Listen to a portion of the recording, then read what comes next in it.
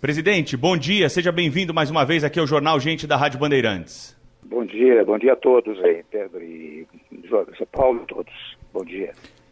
Bom, ontem nós ouvimos o presidente Michel Temer no programa Brasil Urgente com o José Luiz da Atena, mas naquela hora ainda não havia essa reação do ex-ministro Sérgio Moro, a que nos referimos agora, e que, ao meu ver, mostrou assim uma falha de caráter muito grave ao vazar conversas que teve com o presidente, foram conversas entre os dois apenas, sem nenhuma testemunha, exatamente ao jornal da emissora de TV execrada pelo presidente da República.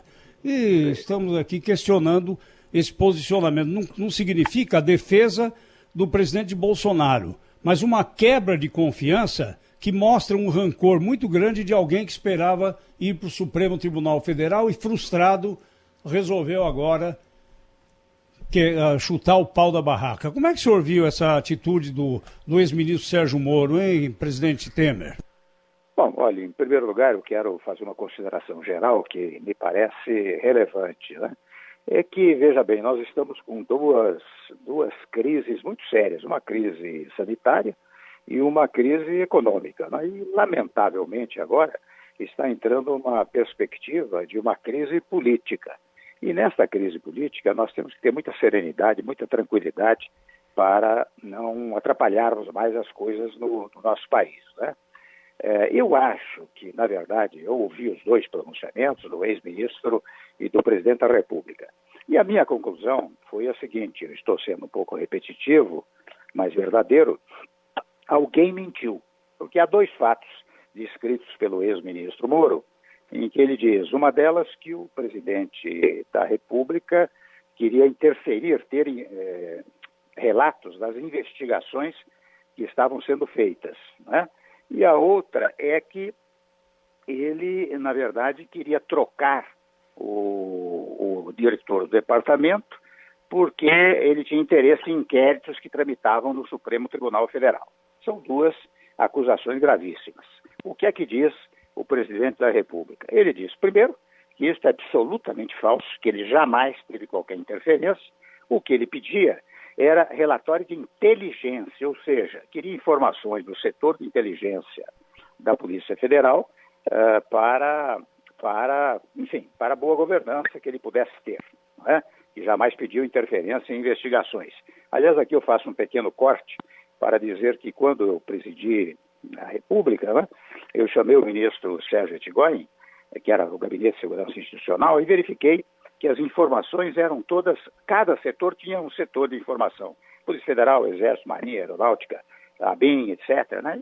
Ele me sugeriu, e nós levamos adiante, a uniformização dessas informações de inteligência, que é importante, convenhamos, para o presidente da República, que diariamente tem informações de como andam as coisas no país. Então, esse é o primeiro, foco contraditório entre o que diz o ex-ministro e o que diz o presidente da República. O segundo ponto é que o presidente disse que, diferentemente do que afirmou o ex-ministro, na verdade, ele é que propôs que, autorizaria, por assim dizer, entre aspas, né, a demissão, a exoneração do diretor do departamento no instante em que fosse designado para o Supremo Tribunal Federal. São dois pontos contraditórios que hão de ser examinados, porque alguém mentiu. Um dos dois, uso expressão talvez muito forte, mas verdadeira. Alguém mentiu.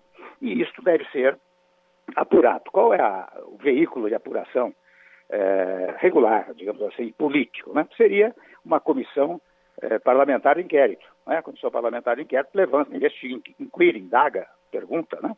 Para chegar a uma conclusão. Mas eu verifiquei que ontem o procurador-geral, Dr. Aras, né, ele propôs uma abertura de um inquérito que foi deferido para exatamente apurar este fato. Daí porque eu quero adiantar esse ponto, que é um ponto jurídico mais relevante, sabe? Quando você tem um inquérito, numa comissão parlamentar de inquérito, as suas conclusões são remetidas ao Ministério Público para a devida imputação de natureza penal, não é? Ora bem, se a esta altura o Ministério Público Federal já tiver apurado, é claro que esta conclusão vai cair no vazio, seja numa direção ou noutra direção, não é? A outra hipótese é a hipótese do impedimento, que lamento dizer, mas é uma coisa traumática para o país, né? Vocês sabem que eu já vivi esse momento. Duas vezes, né, presidente? Duas vezes. Pois é. Eu sei o quanto é traumático, né, Zé Paulo? Essa coisa do processamento de impeachment. Então, você veja, você tem de um lado a crise sanitária.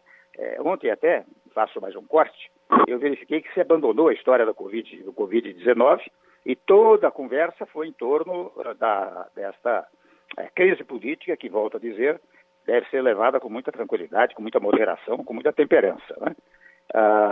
E só a noitezinha, lá no finalzinho dos jornais, é que se disse, olha, faleceram tantos, etc. Né?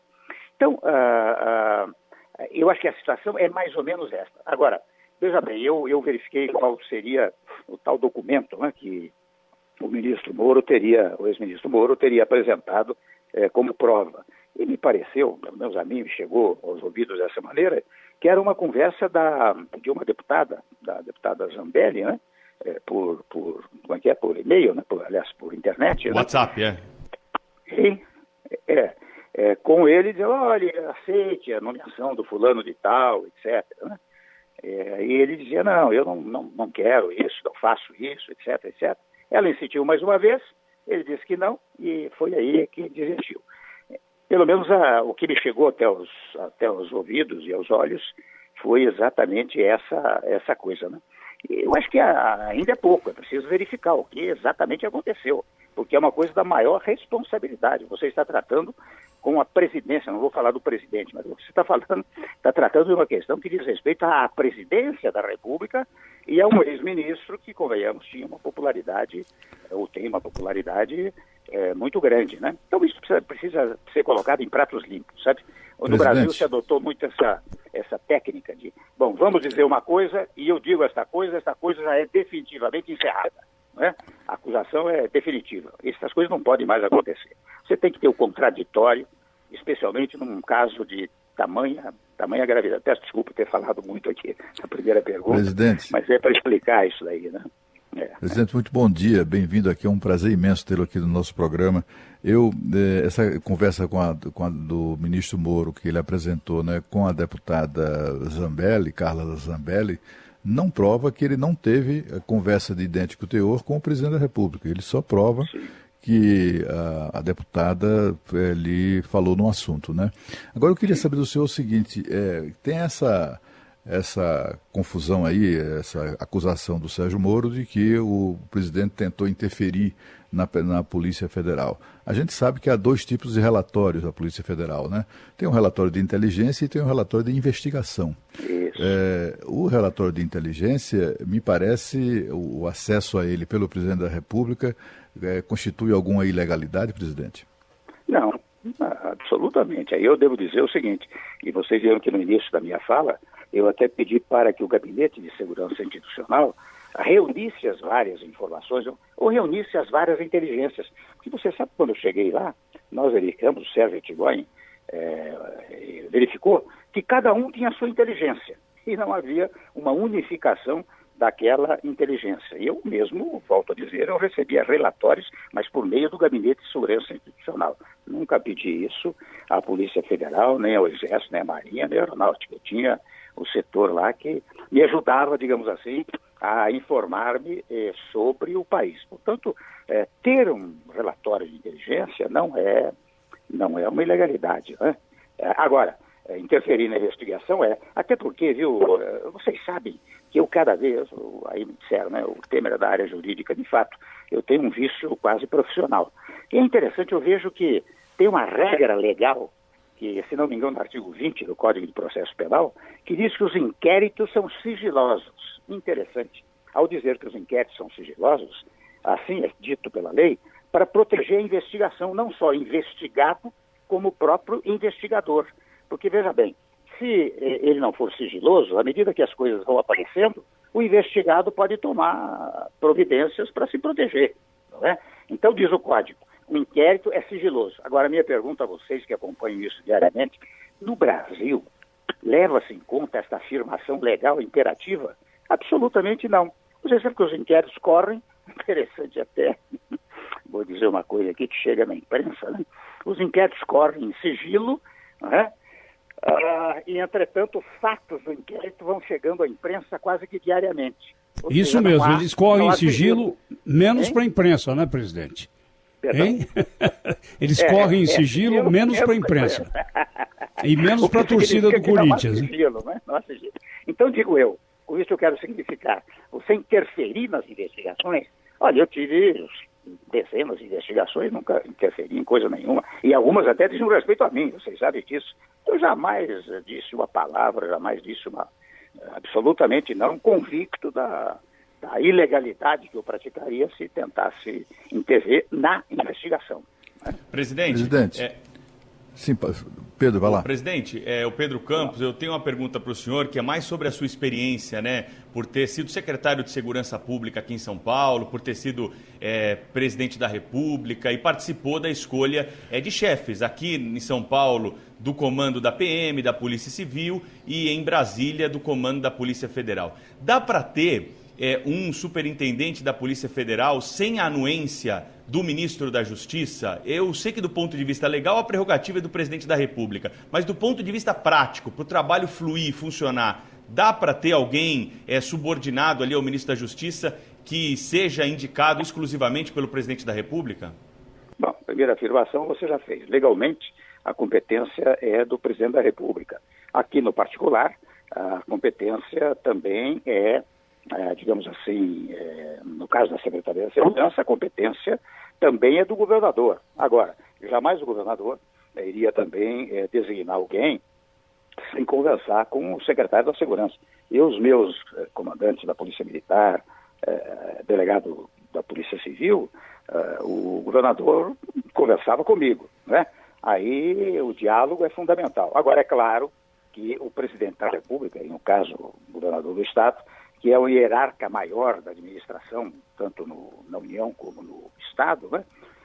Tem o direito, digamos assim, de insistir com certos nomes.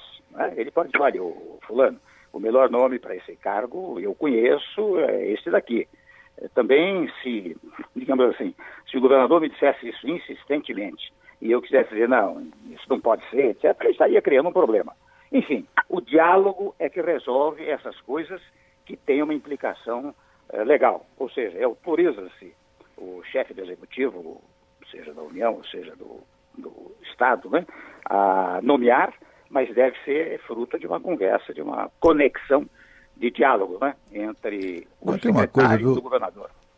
Tem uma coisa, presidente, que eu queria que o senhor comentasse, que assim, até falei sobre isso ontem aqui na programação, que é essa história de o nomeado, que é o ministro não querer aceitar que o presidente da República nomeie alguém da sua estrutura ou substitua algum auxiliar, né?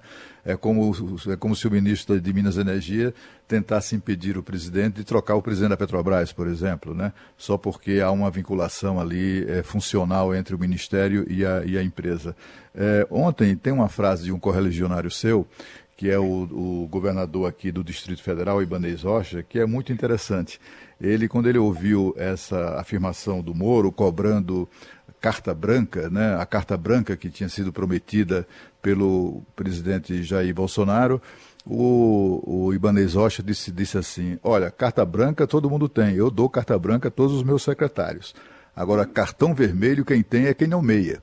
Tá certo. É isso mesmo, né, presidente? É inteligentíssima a afirmação do governador Ibanez, né? Na verdade, você, digamos assim, até você descentralizar um pouco as decisões, portanto, conferir autonomia aos seus ministros, que era o que eu fazia, é útil para o governo, porque você não pode querer controlar todos os setores, aí você cria um problema no governo. Agora, é claro que, por isso, os ministros, o presidente, fazem reuniões periódicas, eu fazia quase semanalmente, né, para saber o que está acontecendo aqui, acolá.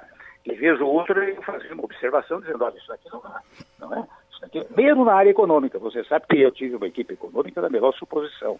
E mesmo na área econômica, de olha, isso aqui não vai dar, etc. Eles davam um jeito, consertavam aquilo, né? Ou seja, o Ibanez tem razão. Você dá autonomia a prefeito do desenvolvimento da administração pública em cada setor. Mas você tem direito ao cartão vermelho. Em outras palavras, o que disse o Bolsonaro ontem, né?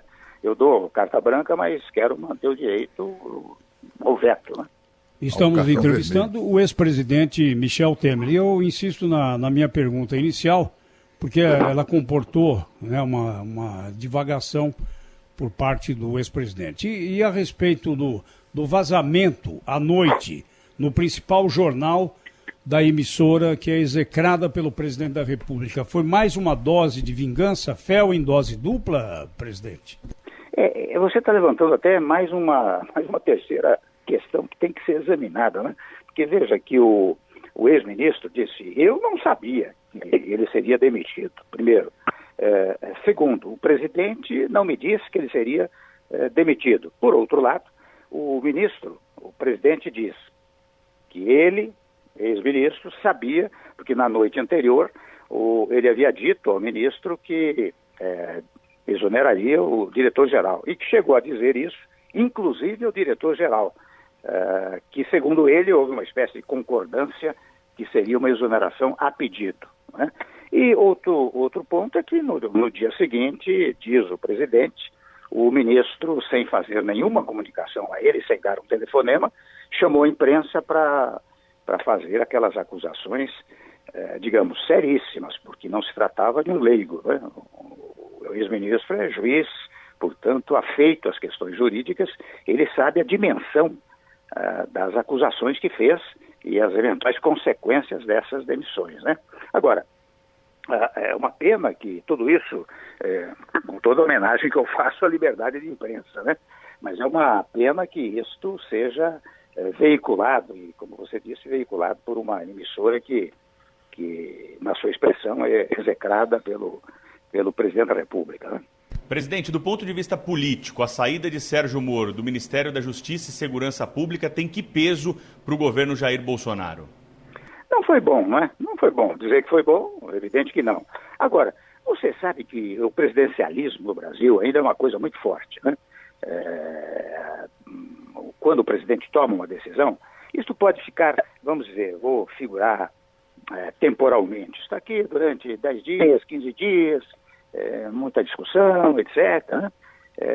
15 dias depois, a rigor, passa, a não ser que haja medidas mais drásticas a serem tomadas que possam ser tomadas pelo legislativo. Por exemplo, se houver um processo de impedimento, de impeachment, daí, evidentemente, vai criar uma comissão, aquilo vai dar assunto durante 40, 50 dias. Né? Agora, também no instante que termine, estou dizendo dessa hipótese extremada, né? Do momento que termine isso, 40, 50 dias depois, também as coisas passam. Agora, digo eu, não foi útil nesse momento, aliás, não foi útil nem a demissão, nem o pedido de demissão. Aliás, o próprio ex-ministro reconhece que nós estamos com essa crise que eu chamei aí de crise sanitária e crise econômica. O momento não foi oportuno, volto a dizer, nem para o pedido de demissão, nem para a demissão. Presidente, eu queria uma apreciação do senhor pela seguinte coisa. Aqui no Brasil está muito... Tá fácil demais essa coisa de destituir presidente, né? A gente viu o Collor, virou uma moleza isso. Tentaram derrubar o senhor também. Como enfrentar isso? Dilma, né? Dilma, sim, Collor, Dilma, depois tentaram o presidente Temer. Enfim, mas como o senhor avalia esse tipo de comportamento, né? Porque isso me parece um prejuízo para o país imenso, não apenas do ponto de vista interno, das políticas, etc., mas também do ponto de vista externo. Aí lá o presidente, primeiro-ministro de outros países, na Europa, onde for, vai olhar assim, quem é mesmo o presidente do Brasil? Ele ainda é presidente? Até quando? Por quanto tempo? Aquele país troca de presidente como quem troca de roupa, né? Enfim, como é que o senhor avalia isso? A solução é uma coisa que eu comecei no meu governo, é o semipresidencialismo. Você sabe que no meu governo eu trouxe o Congresso Nacional para governar comigo. Não havia reunião de líderes, como eu tinha bom diálogo com o Congresso, né? Presidi 3 vezes a Câmara, eu tinha muito contato. Então o que é que eu fiz? Eu trouxe o Congresso para governar comigo. Não havia reunião de líderes que não estivesse o presidente da Câmara, o presidente do Senado, sentados ao meu lado. E faço isso não apenas por deliberação própria, mas por determinação constitucional, porque a Constituição diz que quem governa É o executivo e o legislativo. Aliás, o executivo chama-se executivo porque executa. E executa o quê? Executa a vontade popular. Quem é que expressa a vontade popular? É a lei. Quem vocaliza a vontade popular. E quem produz a lei é o legislativo. Então, eu trouxe o Congresso para... E daí comecei a falar em semipresidencialismo. Por que falo em semipresidencialismo e penso que seria a solução para este caso? Porque você não tem os traumas do impedimento, do impeachment, que cria um problema institucional gravíssimo e até esta concepção internacional que você acabou de mencionar. Quando eu falo em semipresidencialismo ou semiparlamentarismo, eu estou falando de uma espécie do sistema inglês, do sistema francês ou do sistema português. E o presidente também tem uma presença muito ativa. É o chefe das Forças Armadas, é o chefe da diplomacia, é o homem do orçamento, né? E o primeiro-ministro cuida da administração. Então, eu acho que isto seria muito útil, porque, vamos dizer, quando tem que cair o governo, cai o governo que é a partir do primeiro-ministro, mas o chefe de Estado permanece, né? Eu acho que há, não para agora, porque os atuais foram eleitos pelo sistema atual, mas seria muito oportuno uma emenda à Constituição que permitisse que a partir de 22, ou que seja em 26, mas enfim, para sairmos desses traumas históricos do nosso país, nós tivéssemos um sistema semi-parlamentarista. Né? Para terminar, presidente Temer, eu gostaria... Pois não, Cláudio. Zé Paulo, só para concluir um rápido comentário do presidente ao que eu vou falar. Presidente, será que é isso que o presidente da Câmara, Rodrigo Maia, ficou mal acostumado e durante o governo Bolsonaro faz reiteradas poses de primeiro-ministro? Ele está mal acostumado ele, com digamos assim, com o poder que ele tinha no seu governo de participar das decisões mais efetivas do executivo? Eu não acredito nisso não, viu? Porque quando eu digo eu trouxe, eu estou dando no singular, né? Fui eu que trouxe o Congresso para governar comigo nos termos que a Constituição determina, né? E devo dizer que o Rodrigo Maia de um lado, o Eunício Oliveira de outro lado, colaboraram muito com o meu governo. Agora, não há dúvida que isto iniciou-se lá e agora há um fato importante, né? Que é o fato, vocês sabem que eu fiz reformas no país, as mais variadas, trouxe a debate a reforma da Previdência, que seria votada, na verdade, no mês de julho, não fosse alguns percalços que se e aprovaríamos aquilo até julho, agosto, né? Teríamos ganho até 2 anos da Previdência. Mas eu coloquei o tema da Previdência na pauta política do país. Saiu da pauta legislativa, mas não saiu da pauta política. Tanto é verdade, quando começou o governo Bolsonaro, levou-se adiante a reforma da Previdência, né? Depois de nós termos derrubado todas as barreiras no Congresso e na opinião pública. E o Rodrigo foi muito importante nesse momento, porque o Congresso, vocês sabem, teve um protagonismo muito acentuado nessa questão da Previdência Social, né? Eu não acho que ele estivesse mal acostumado. Ele está cumprindo o papel dele, né? O papel de presidente de uma das casas do Congresso. Né? Aliás, ele lembra muito a atuação do Eduardo Cunha contra Dilma Rousseff, né? Está fazendo assim o mesmo papel, talvez com um pouco mais de cerimônia. De alguma maneira, só que no caso do Rodrigo, eu volto a dizer, pelo menos no meu governo, colaborou muito com o governo. E neste momento também, convenhamos, ele tem colaborado quando menciono o caso da Previdência, quando menciono outros projetos que tramitam por lá, ele está levando adiante. Agora, o que é preciso, né?